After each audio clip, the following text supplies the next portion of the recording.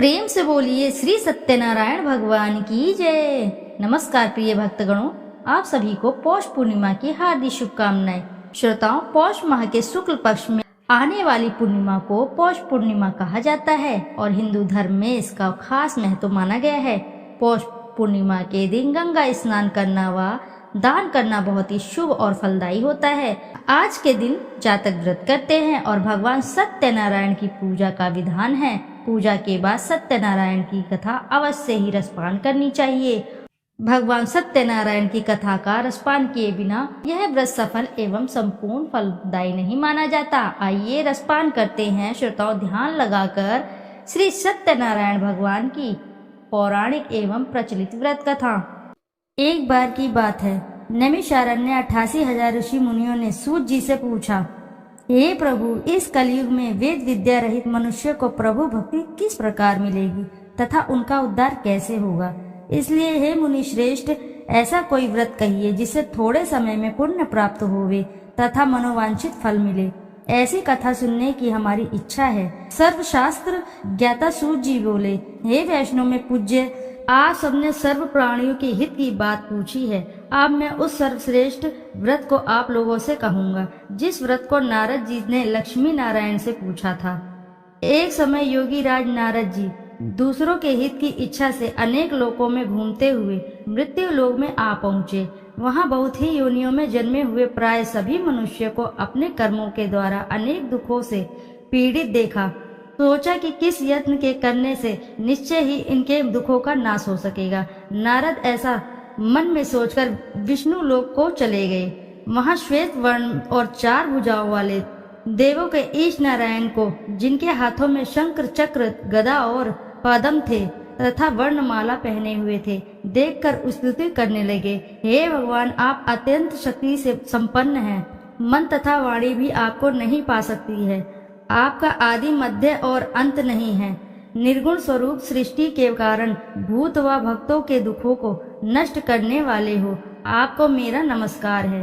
नारद जी से इस प्रकार की स्तुति सुनकर भगवान विष्णु बोले कि हे मुनि श्रेष्ठ, आपके मन में क्या है? आपका यहाँ किस काम के लिए आगमन हुआ है? निसंकोच कहो। तब नारद मुनि बोले, मृत्यु लोक में सब मनुष्य जो अनेक योनियों में पैदा हुए हैं, अपने कर्मों के द्वारा अनेक प्रकार के दुख से दुखी हो रहे हैं। हे नाथ, मुझ पर दया रखते हो तो बतलाइए कि उन मनुष्य के सब दुख थोड़े से प्रयत्न से ही कैसे दूर हो सकते हैं। श्री भगवान जी बोले, हे नारद, मनुष्य की भलाई के लिए तुमने बहुत अच्छी बात पूछी है। जिस व्रत के करने से मनुष्य मोह से छूट जाता है, मैं कहता हूँ, सुनो, बहुत पुण्य देने वाला है। स्वर्ग तथा मनुष्य लोक दोनों में दुर्लभ एक उत्तम व्रत है। आज मैं प्रेम वश होकर तुमसे कहता हूँ, सत्यनारायण का यह व्रत अच्छी तरह से विधि विधान करके मनुष्य तुरंत ही यहाँ सुख भोग कर मरने पर मोक्ष को प्राप्त होता है। श्री भगवान के वचन नारद सुनकर बोले, उस व्रत का क्या फल है, क्या विधान है, किसने यह व्रत किया और किस दिन यह व्रत करना चाहिए, विस्तार से बताइए। भगवान बोले, दुख शोक आदि को दूर करने वाला, धन धान्य को बढ़ाने वाला, सौभाग्य तथा संतान को देने वाला यह व्रत सब स्थानों पर विजयी करने वाला है। भक्ति और श्रद्धा के साथ किसी भी दिन मनुष्य श्री सत्यनारायण भगवान की शाम के समय ब्राह्मणों और बंधुओं बांधवों के साथ धर्मपरायण होकर पूजा करे। भक्ति के भाव से नैवेद्य केले का खम्भ, घी, दूध और गेहूं का चूर्ण, सवाया लेवे गेहूं के अनुभव में साठी का चूर्ण, शक्कर तथा गुड़ ले और सब भक्षण योग्य पदार्थ जमा करके भगवान को अर्पण कर देवे तथा बंधुओं सहित ब्राह्मण को भोजन कराएं। तत्पश्चात स्वयं भोजन करें, नित्य गीत आदि का आचरण करें, सत्यनारायण भगवान का स्मरण करते हुए समय व्यतीत करें। इस तरह के व्रत पर मनुष्य की इच्छा निश्चित पूरी ही हो जाती है। विशेषकर कली काल में भूमि पर यही मोक्ष का सरल उपाय है। सूत जी बोले, हे ऋषियों, जिन्होंने पहले इस समय व्रत को किया है उनका वृत्तांत कहता हूँ, ध्यान से सुनो। सुंदर काशीपुरी नगरी में अति निर्धन ब्राह्मण रहता था। वह भूख और प्यास से बेचैन हुआ नित्य ही पृथ्वी पर घूमता था। ब्राह्मणों से प्रेम करने वाले भगवान ने ब्राह्मण को दुखी देखकर बूढ़े ब्राह्मण का रूप धारण कर उसके पास जाकर आदर से पूछा, हे विप्र, नित्य दुखी हुआ पृथ्वी पर क्यों घूमता है? हे श्रेष्ठ ब्राह्मण, यह सब मुझसे कहो, मैं सुनना चाहता हूँ। ब्राह्मण बोला, मैं बहुत निर्धन ब्राह्मण हूँ, भिक्षा के लिए पृथ्वी पर फिरता हूँ। हे भगवान, यदि आप इसका उपाय जानते हो तो कृपा करके कहो। वृद्ध ब्राह्मण बोला कि सत्यनारायण भगवान मनोवांछित फल देने वाले हैं, इसलिए हे ब्राह्मण, तू उनका पूजन कर, जिसके करने से मनुष्य के सब दुखों से मुक्त मिलती है। ब्राह्मण को व्रत सारा विधि विधान बतलाकर बूढ़ा ब्राह्मण का रूप धारण करने वाले सत्यनारायण भगवान अंतर्धान हो गए। जिस व्रत को वृद्ध ब्राह्मण ने बतलाया, मैं उसका अवश्य करूंगा। यह निश्चय करने पर उस ब्राह्मण को भी नींद नहीं आई। वह सवेरे उठ गया, सत्यनारायण के व्रत का निश्चय कर भिक्षा के लिए चला। उस दिन उसको भिक्षा में बहुत सा धन मिला, जिससे बंधु बांधवों के साथ उसने सत्यनारायण का व्रत किया। वह ब्राह्मण सब दुखों से छूटकर अनेक प्रकार की संपत्तियों से युक्त हुआ। उस समय से वह ब्राह्मण हर मास व्रत करने लगा। इस तरह सत्यनारायण भगवान के व्रत को जो करेगा, सब पापों से छूटकर मोक्ष को प्राप्त होगा।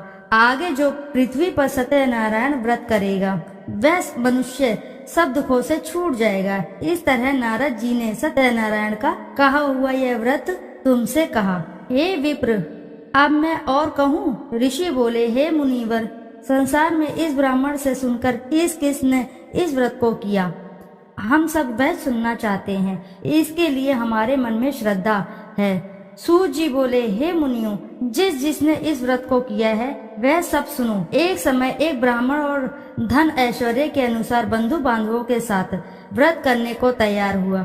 उसी समय एक लकड़ी बेचने वाला बूढ़ा आदमी वहां आया और बाहर लकड़ियों को रखकर ब्राह्मण के मकान में गया। प्यास से दुखी लकड़हारा उनको व्रत करते देख ब्राह्मण को नमस्कार करके पूछने लगा कि आप यह क्या कर रहे हैं और इसका करने से क्या फल मिलता है, कृपया करके मुझे कहो।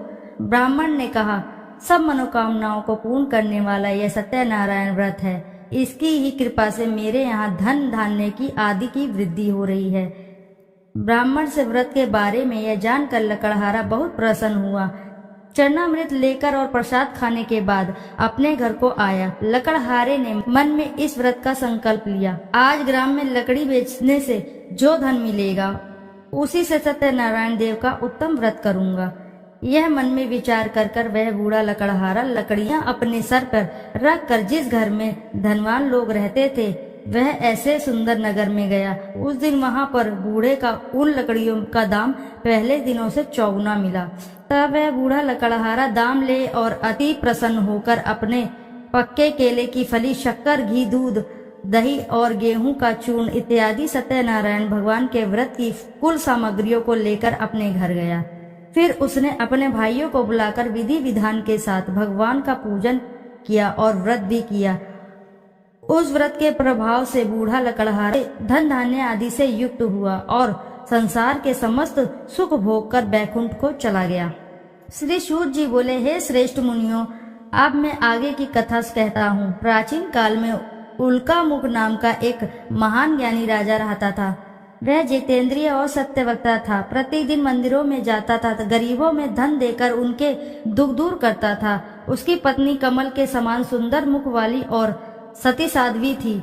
एक दिन भद्रशिला नदी के तट पर वह दोनों विधि विधान सहित श्री सत्यनारायण भगवान का व्रत कर रहे थे। उस समय वहां पर साधु नामक एक वैश्य आया। उसके पास व्यापार के लिए बहुत सा धन था। वह वैश्य नाव को नदी किनारे पर ठहराकर राजा के पास आया। राजा को व्रत करते हुए देखकर उसने विनम्रता पूर्वक पूछा, हे राजन, यह आप क्या कर रहे हैं? मेरी सुनने की इच्छा है, कृपया आप यह मुझे भी समझाएं। महाराज उल्कामुख ने कहा, हे साधु वैश्य, मैं अपने बंधु बांधवों के साथ पुत्र की प्राप्ति के लिए ये श्री सत्यनारायण भगवान का व्रत व पूजन कर रहा हूँ। राजा के वचन सुनकर साधु नामक वैश्य ने आदर से कहा, हे राजन, मुझे भी इसका संपूर्ण विधि विधान बताएं। मैं भी आपके कहे अनुसार इस व्रत को करूँगा। मेरी भी कोई संतान नहीं है। मुझे विश्वास है इस उत्तम व्रत को करने से अवश्य ही मुझे संतान की प्राप्ति होगी। राजा से इस व्रत के सब विधान सुनकर व्यापार से निवृत्त हो वह वैश्य सुखपूर्वक अपने घर आया। उसने अपनी पत्नी को संतान देने वाले उस व्रत के विषय में सुनाया और प्रण लिया कि जब मेरे संतान होगी तब मैं इस व्रत को करूँगा। वैश्य ने यह वचन अपनी पत्नी लीलावती से भी कहे। एक दिन उसकी पत्नी लीलावती श्री सत्यनारायण भगवान की कृपा से गर्भवती हो गई। 10वें महीने में उसने एक अति सुंदर कन्या को जन्म दिया। दिनों दिन वह कन्या इस तरह बढ़ने लगी जैसे शुक्ल पक्ष को चंद्रमा बढ़ता है। कन्या के नाम उन्हें कलावती रखा। तब लीलावती ने मीठे शब्दों में अपने पति को याद दिलाया कि आपने जो भगवान का व्रत करने का संकल्प लिया था, अब आप उसे पूरा कीजिए। साधु वैश्य ने कहा, हे प्रिय, मैं कलावती के विवाह पर इस व्रत को करूंगा। इस प्रकार अपनी पत्नी को आश्वासन दे वह व्यापार करने विदेश चला गया। कलावती पितृगृह में वृद्धि को प्राप्त हो गई। लौटने पर साधु ने जब नगर में सखियों के साथ अपने वयस्क पुत्री को खेलते हुए देखा तो उसे उसके विवाह की चिंता हुई। तब उसने एक दूत को बुलाकर कहा कि उसकी पुत्री के लिए कोई सुयोग्य वर देखना चाहिए। दूत साधु नामक वैश्य की आज्ञा पाकर कंचन नगर पहुंचा और देखभाल कर वैश्य की कन्या के लिए एक सुयोग्य वाणित पुत्र ले आया। उस सुयोग्य लड़के के साथ साधु नामक वैश्य ने अपने बंधु बांधवों सहित प्रसन्नचित होकर अपनी पुत्री का विवाह कर दिया। दुर्भाग्य से वह विवाह के समय भी सत्यनारायण भगवान की व्रत करना भूल गया। इस पर श्री सत्यनारायण भगवान अत्यंत क्रोधित हो गए। उन्होंने वैश्य को श्राप दिया कि तुम्हें दारुण दुख प्राप्त होगा। और फिर अपने कार्य में कुशल वह वैश्य अपने दामाद सहित नाव का बेड़ा लेकर व्यापार करने के लिए सागर के समीप स्थित रत्नसारपुर नगर में गया। रत्नसारपुर पर चंद्रकेतु नामक राजा राज करता था। दोनों ससुर जमाई चंद्रकेतु राजा के उस नगर में व्यापार करने लगे। एक दिन भगवान सत्यनारायण की माया से प्रेरित एक चोर राजा चंद्रकेतु का धन चुराकर भाग रहा था। राजा के दूतों को अपने पीछे तेजी से आते देखकर चोर ने घबराकर राजा के धन को वैश्य की नाव में चुपचाप रख दिया था जहां वे ससुर जमाई ठहरे थे और भाग गया। जब दूतों ने उस वैश्य के पास जाकर राजा के धन को रखा देखा तो उन्होंने उन ससुर दामाद को ही चोर समझा। वे उन ससुर दामाद को दोनों को ही बांधकर ले गए और राजा के समीप जाकर बोले, आपका धन चुराने वाले ये दो चोर हम पकड़कर लाए हैं, देखकर आज्ञा दे। तब राजा ने बिना उस वैश्य की बात सुने ही उन्हें कारागार में डालने की आज्ञा दे दी। इस प्रकार राजा की आज्ञा से उनका कारावास में डाल दिया गया तथा उनका सारा धन भी छीन लिया गया। सत्यनारायण भगवान के श्राप के कारण उस वैश्य की पत्नी लीलावती व पुत्री कलावती भी घर पर बहुत दुखी हुई। उनका सारा धन चोर चुरा कर ले गए। मानसिक व शारीरिक पीड़ा तथा भूख प्यास से अति दुखी हो भोजन की आस में कलावती एक ब्राह्मण के घर गई। उसने ब्राह्मण को श्री सत्यनारायण भगवान का व्रत विधि पूर्वक करते देखा। उसने कथा सुनी तथा श्रद्धा पूर्वक प्रसाद ग्रहण कर रात को घर आई। माता ने कलावती से पूछा, हे पुत्री, तू अब तक कहाँ रही? मैं तेरे लिए बहुत चिंतित थी। माता के शब्द सुन कलावती बोली, हे माता, मैंने एक ब्राह्मण के घर श्री सत्यनारायण भगवान का व्रत होते देखा और मेरी भी उस उत्तम व्रत को करने की इच्छा है। माता ने कन्या के वचन सुनकर सत्यनारायण भगवान के पूजन की तैयारी की। उसने बंधुओं सहित श्री सत्यनारायण भगवान का पूजन कर वह व्रत किया कि वर मांगा कि मेरे पति और दामाद शीघ्र ही घर लौट आएं। साथ ही विनती की, हे प्रभु, अगर हमसे कोई भूल हुई हो तो आप हम सबका अपराध क्षमा करो। श्री सत्यनारायण भगवान इस व्रत से प्रसन्न हो गए। उन्होंने राजा चंद्रकेतु को स्वप्न में दर्शन देकर कहा, हे राजन, जिन दोनों वैश्यों को तुमने बंदी बनाकर रखा है वे निर्दोष हैं। उन्हें प्रातः ही छोड़ दो। उनका सब धन जो है तुमने अधिग्रहित किया है वह लौटा दो, अन्यथा मैं तुम्हारा राज्य, धन, पुत्र आदि सब नष्ट कर दूंगा। राजा से ऐसे वचन कहकर भगवान अंतर्ध्यान हो गए। और फिर प्रातःकाल राजा चंद्रकेतु ने दरबार में सबको अपना स्वप्न सुनाया और सैनिकों को आज्ञा दी कि दोनों वैश्यों को कैद से मुक्त कर दरबार में ले आएं। दोनों ने आते ही राजा को प्रणाम किया। राजा ने कोमल वचनों से कहा, हे महानुभावों, तुम्हें अज्ञानतावश ऐसा कठिन दुख प्राप्त हुआ है। अब तुम्हें कोई भी भय नहीं है, तुम मुक्त हो। इसके बाद राजा ने उनको नए नए वस्त्राभूषण पहनाए तथा उनका जितना धन लिया था उससे दुगना लौटाकर उन्हें आदर से विदा किया। दोनों वैश्य अपने घर को चल दिए। श्री सूत जी ने कहा, वैश्य ने यात्रा आरंभ की और अपने घर को चला। उनके थोड़ी दूर आगे बढ़ने पर दंडी वेशधारी श्री सत्यनारायण भगवान ने उसकी परीक्षा लेने हेतु उससे पूछा, हे वैश्य, तेरी नाव में क्या है? अभिमानी वाणिक हंसता हुआ बोला, हे दंडी, आप क्यों पूछते हैं? क्या धन लेने की कामना है? मेरे नाव में तो बेल के पत्ते भरे हैं।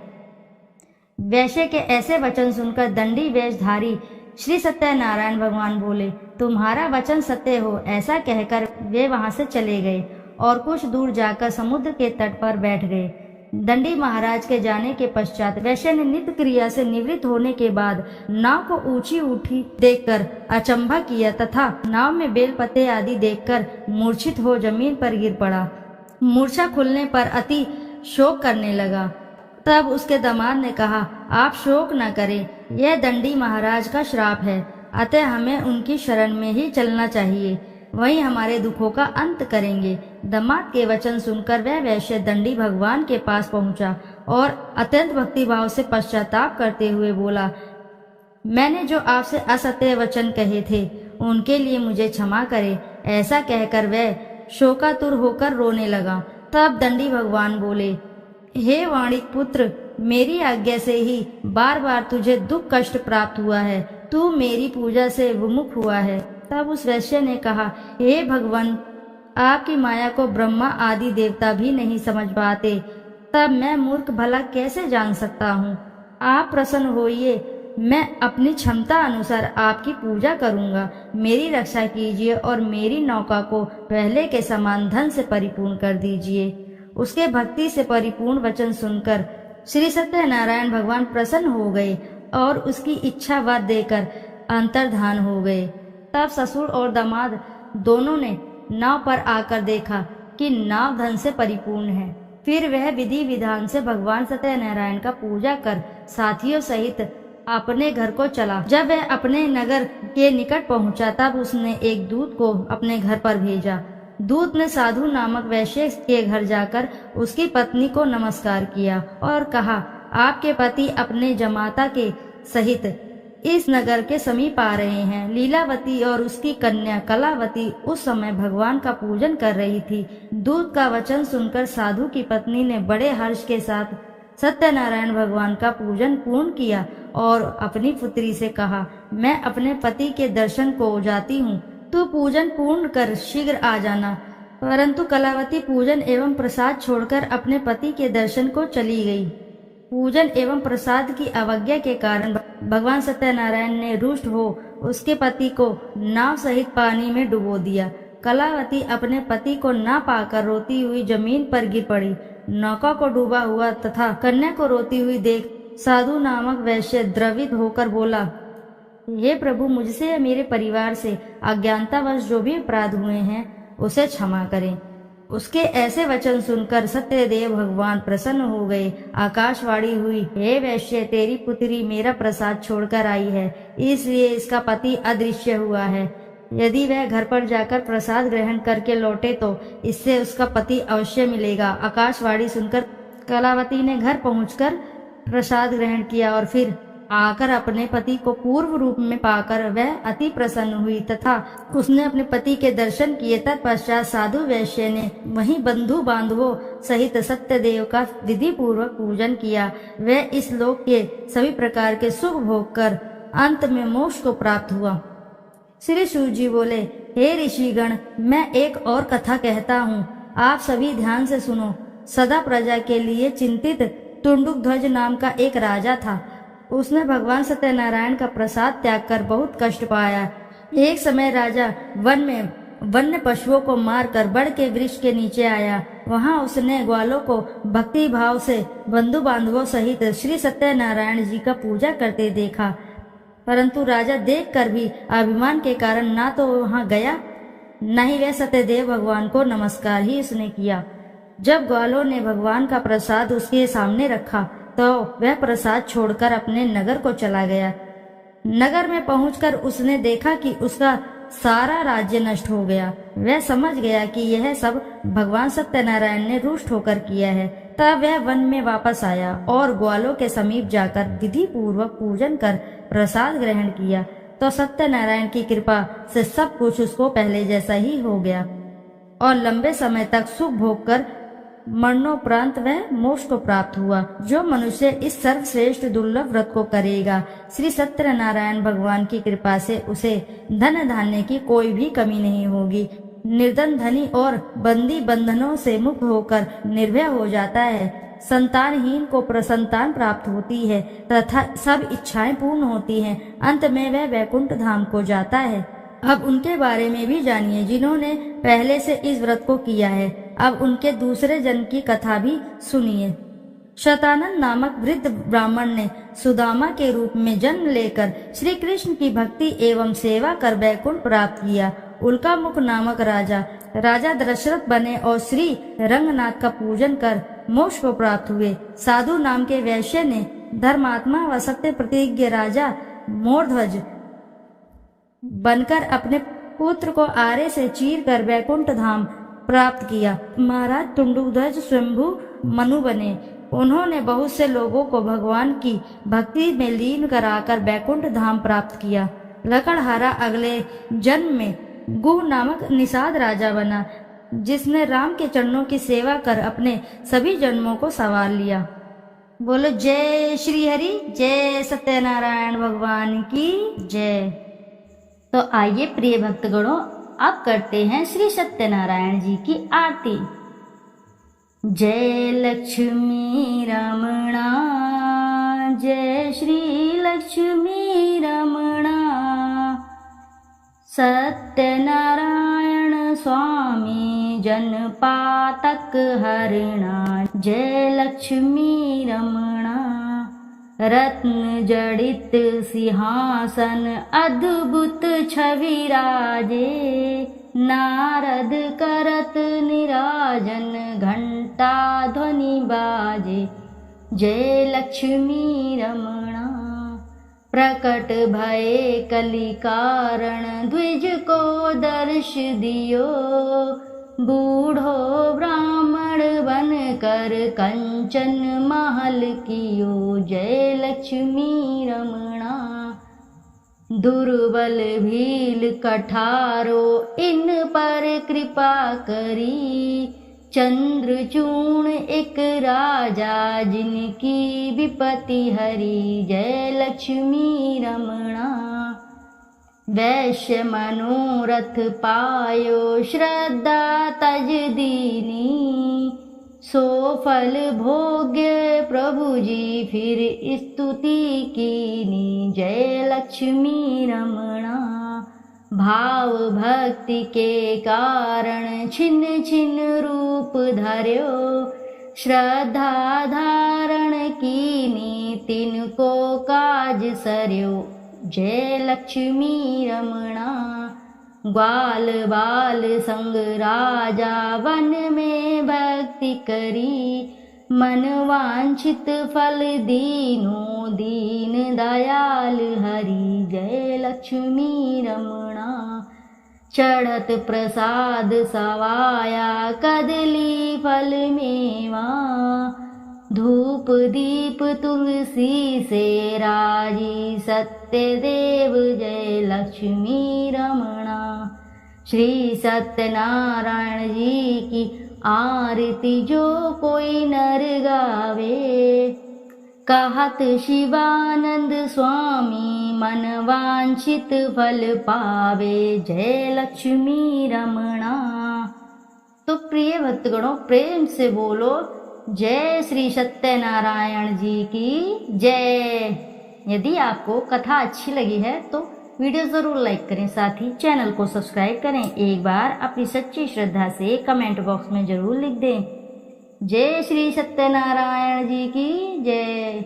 फिर मिलते हैं आपसे ऐसी ही किसी कथा कहानी में। जब तक के लिए नमस्कार।